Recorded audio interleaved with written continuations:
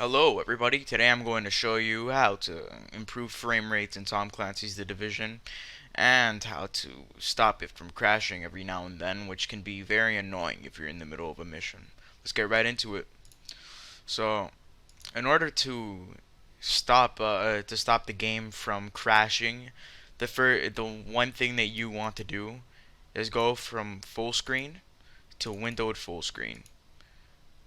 You won't have control over the refresh rate, but it will stop the crashing. Trust me.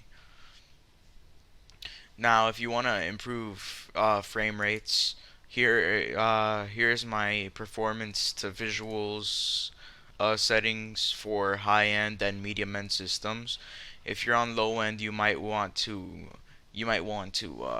lower it down one bit, and if you're on very low end, just keep it all on the lowest because you're not going to be able to run it this game if you're on that low of systems. Uh, if your system isn't that powerful, is what I'm trying to say. The shadow quality for high end and medium end should be medium. Spot shadows high, spot shadow resolution high, contact shadows low, resolution scale 100%. That's for high end systems. If you're on medium end, you should go with 85%. For sharpening, always go with 7. Particle detail, I have it on medium. For high ends and medium ends, obviously medium.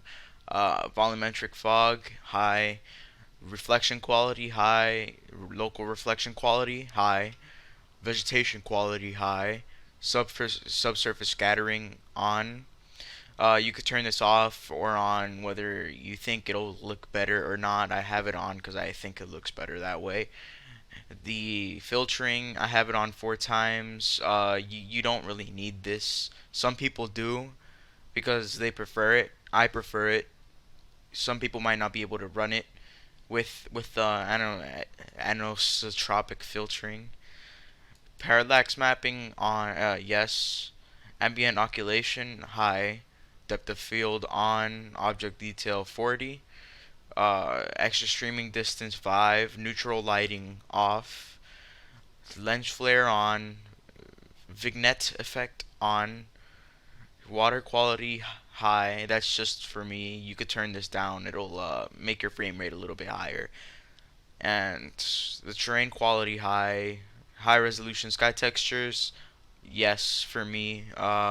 Projected texture resolution 512 or 256.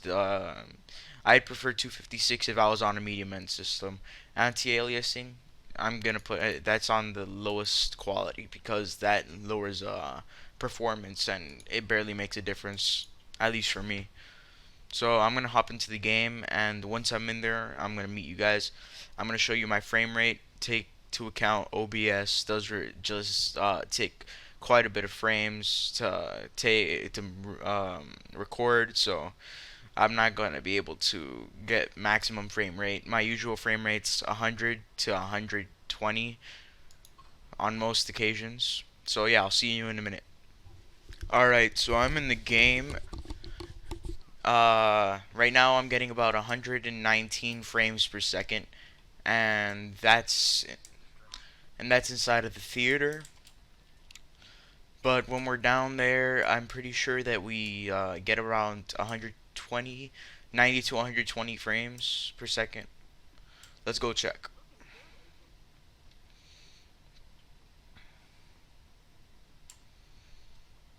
120, 102, 120. You can see on the top left corner my the amount of frames I'm getting. It changes every once in a while. It's Ubisoft counting. It's not that good. But I mean, it's not that good because it doesn't track your frame rate like right then and there.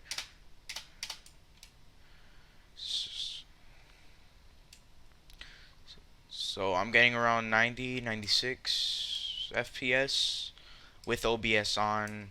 Takes away quite a bit of frames, so I would be getting around 120 to 130 frames per second right now.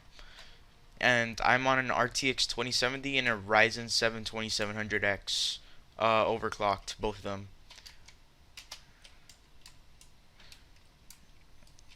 If you want to see while you're aiming down, you get around 125, and inside of rooms or inside of missions, you get more frame rate. You get more FPS because it's genuinely how this game works. When you're inside, there's less things to render because this is an open world game, obviously. If you want an example, I'm gonna go into this mission right now.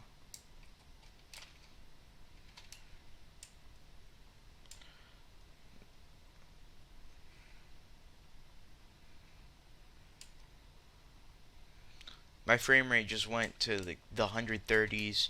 If you're running inside of a building shooting, you see 100, you get over 100. So yeah, that's all I got to say for today. Honestly, these settings are to my preference. You might like them, you might not. I think that the graphics are pretty amazing for over 100 FPS. Sometimes it even caps at 144. And yeah, that's it. I'll see you guys later. Have a good day, and peace. Okay, guys.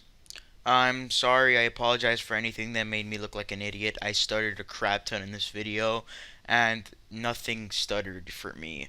I just looked over the video and I saw that there was a bunch of stuttering on that, and that's on OBS's part, not my PC, because my PC is pretty high-end, I'd say.